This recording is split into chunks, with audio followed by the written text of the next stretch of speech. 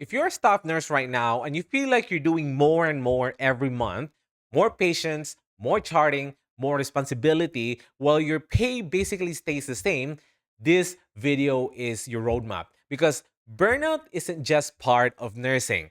A lot of time, it's a payment structure problem. So today, I'm going to share with you the exact roadmap from being a staff nurse to becoming a travel nurse and eventually getting paid as your own nursing practice. And that's what I called a structure thing. And I'm also gonna share with you how this connects to the last level that most nurses never reach. So let's do a little reality check. Most staff nurses that I talk to are dealing with burnout that doesn't go away after a weekend off. It doesn't matter how many days off that they have. Sometimes they even pick up in between.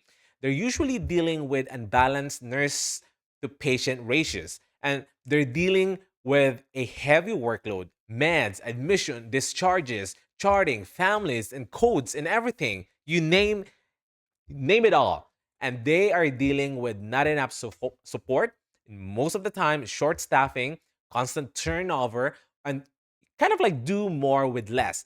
And the part that messes with your head is this, like you're carrying more risk and more responsibility, but you're still getting paid basically the same rate. And sometimes you're even thinking like you are risking your license because of the basically unsafe patient handling, just because there's no staff, it's always short.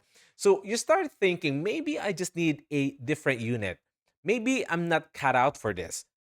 No, a lot of time you're just stuck in the wrong quadrant. Rich Dad Poor Dad is one of the books that I read probably a couple years ago now. And basically, in it, he talks about the cash flow quadrant. So there are four ways that people earn. Basically, the first quadrant is the employee, which is like, you know, what usually nurses start with. The next quadrant is the self employed. The third quadrant is basically the business. You become a business owner. And then the fourth and the last quadrant is an investor. Now, nurse to nurse, I'm not here to talk about being a business person. I'm talking about being a nurse who gets paid as a nursing practice, like doctors and dentists do. And this roadmap is how you move across from those quadrant without losing your identity as a nurse.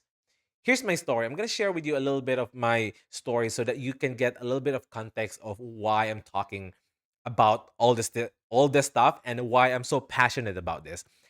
I've been a registered nurse for about maybe 12 years now. Then I did travel nursing for about 4 years. At first, I thought that the only way to make more was to work more, basically pick up more overtime, sacrifice more. But then I saw the other nurses doing something different. They weren't working harder, they basically changed the way they got paid. And that was the paradigm shift for me. And once I set up the right structure and started getting paid as my own practice, it wasn't just about making more money per hour. It was about building something that could grow eventually. And hopefully it will build an empire and where I can pass all the stuff to the younger generation that I have, which hopefully I will have some grandkids, right? Something that could outlive a single contract. That's what led to what I'm building right now as Roaming RN Partners Incorporated and the private community that I started, which is called frontlinershub.com. And basically, here's what I'm going to show you and hopefully offer to you because I wish I had this when I got started. Number one is why staff nursing burnout is connected to the employee quadrant.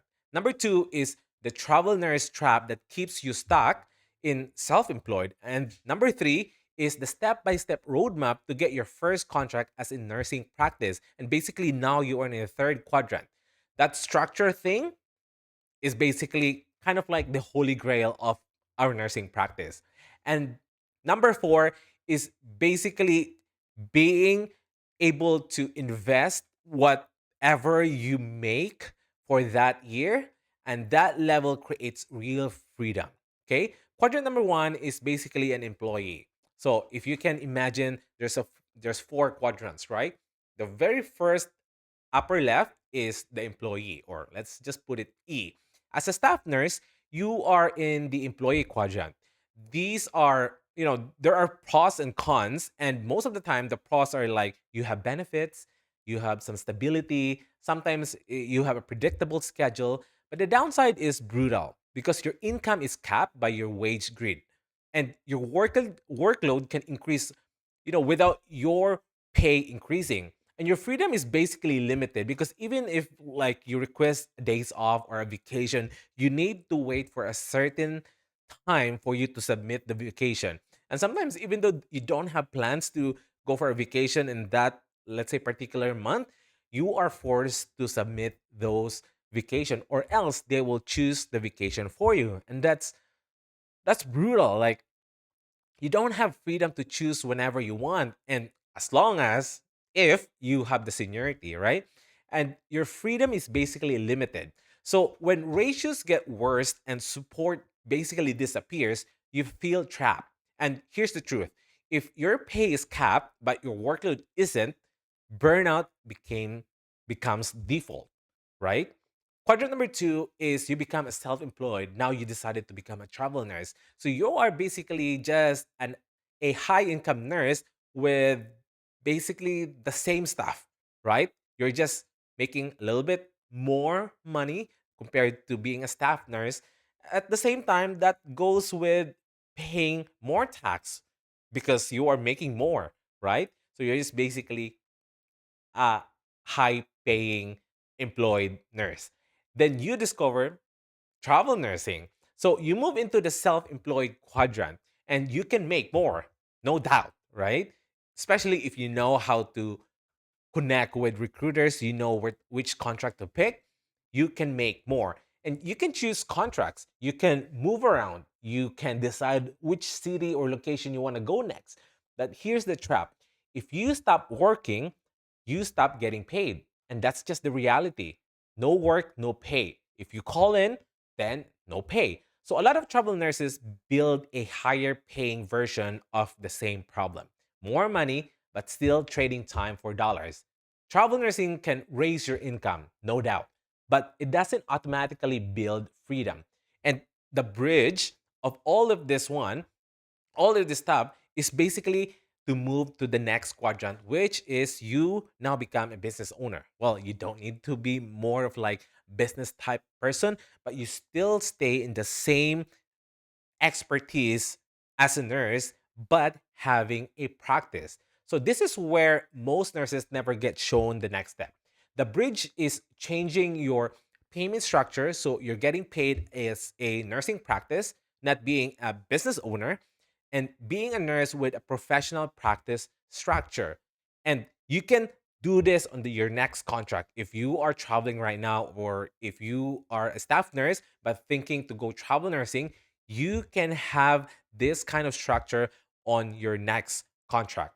And it sounds complicated, but it isn't really. It sounds overwhelming just because you don't know the stuff yet. But once you see the step by step, like easy peasy, right? So let's get into the roadmap. So, step number one is you just need to decide your non negotiables, your lifestyle and money. And if you take contracts around these stuff, most of the time the contract will just go around and follow what are your non-negotiables is. And this is basically what I like about this lifestyle, because I can choose when to work, I can choose where to work, I can choose how long I will be working. I still keep my lifestyle, I have money that pays for everything, and my family is happy, right? My wife is not obliged to really work hard so that we can get the bills paid. And basically, you can schedule when and what your any preference that you have, or which provinces or cities you want to go to. What the minimum take home makes it worth it. You can get to decide those stuff, and what kind of unit do you thrive in. Step number two is basically you need to just learn the structure thing, like the basics, so you don't get burned. And you need a simple understanding of how you get paid as a practice. And at the same time, what bookkeeping actually means and why it's non negotiable, and what expenses are legitimate and how to track them. Step number three is you need to set up the structure. So this is the setup phase. Basically, there's like, paperwork and timeline involved. It's not as scary as people think when you have a checklist. It's you just need to go through the checklist, right? Step number four is basically agency onboarding. Ask the right questions. Not every agency support nurses that getting paid this way. You need to know which agency supports to work with nurses who have a practice. So you need to ask the exact question or the right question.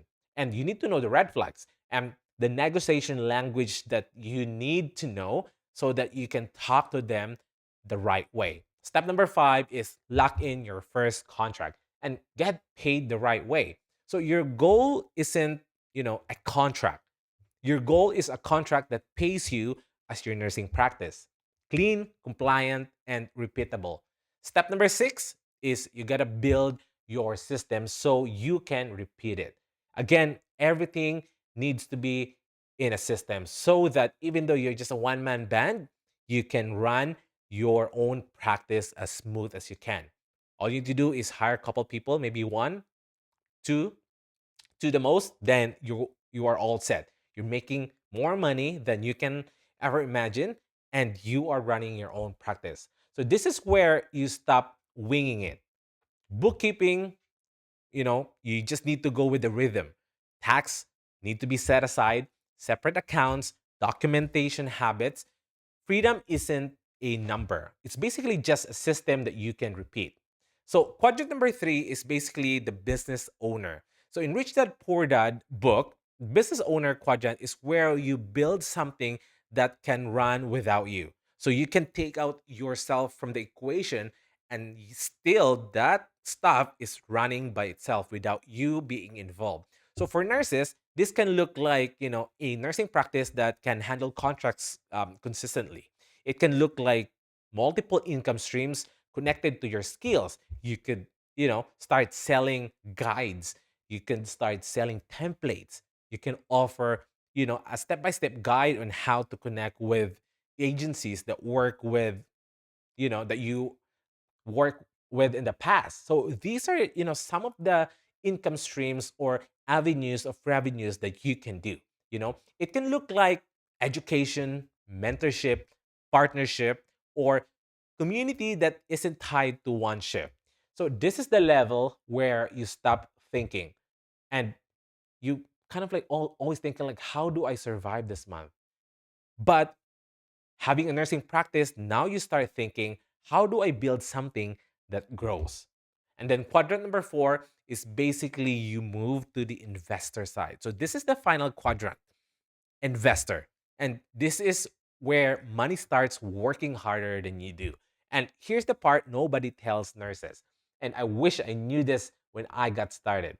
If you stay in employee or maybe self employed forever, investing is becoming harder because a big chunk of your money is basically just go straight to tax and you don't have room to invest, which it's absurd, right? Because your income is either capped or unstable. But when you have the right structure and the system, you can invest consistently because now you control how you're getting paid. And that's how you go from I need a break to I am building a future. And these are the common objection, that we're gonna probably encounter later on. Like this sounds complicated. It's only complicated when you are doing it alone with random information from the internet. Objection number two is what if I mess up? That's when you follow a checklist and get a proper guidance. Objection number three is I don't want to be a business person. And same here. Perfect. Don't be a nurse, you know, don't be a nurse with a nursing practice structure like the professionals we already work at the bedside. So your next five actions are here and as follows.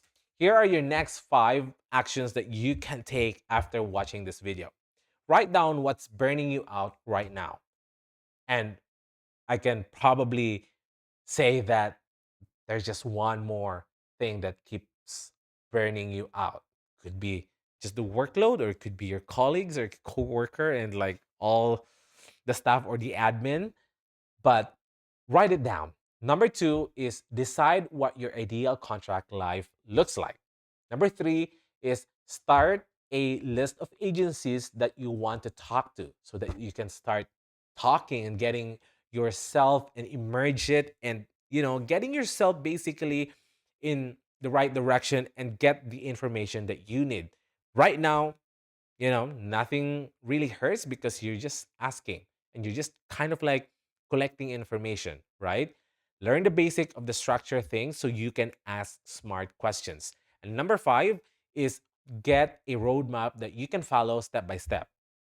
So if you want the full roadmap, checklist, scripts, and kind of like the weekly support, I want to invite you to basically join our private community at frontlinershub.com. That's where I walk you through the exact steps to go from being a staff nurse to become a travel nurse and to eventually getting paid as your own practice. And then we start talking about, the level after that. So how nurses build real wealth. And you've done the hard things. You've carried heavy loads. Now it's time to stop playing small with how you get paid. I'll see you inside.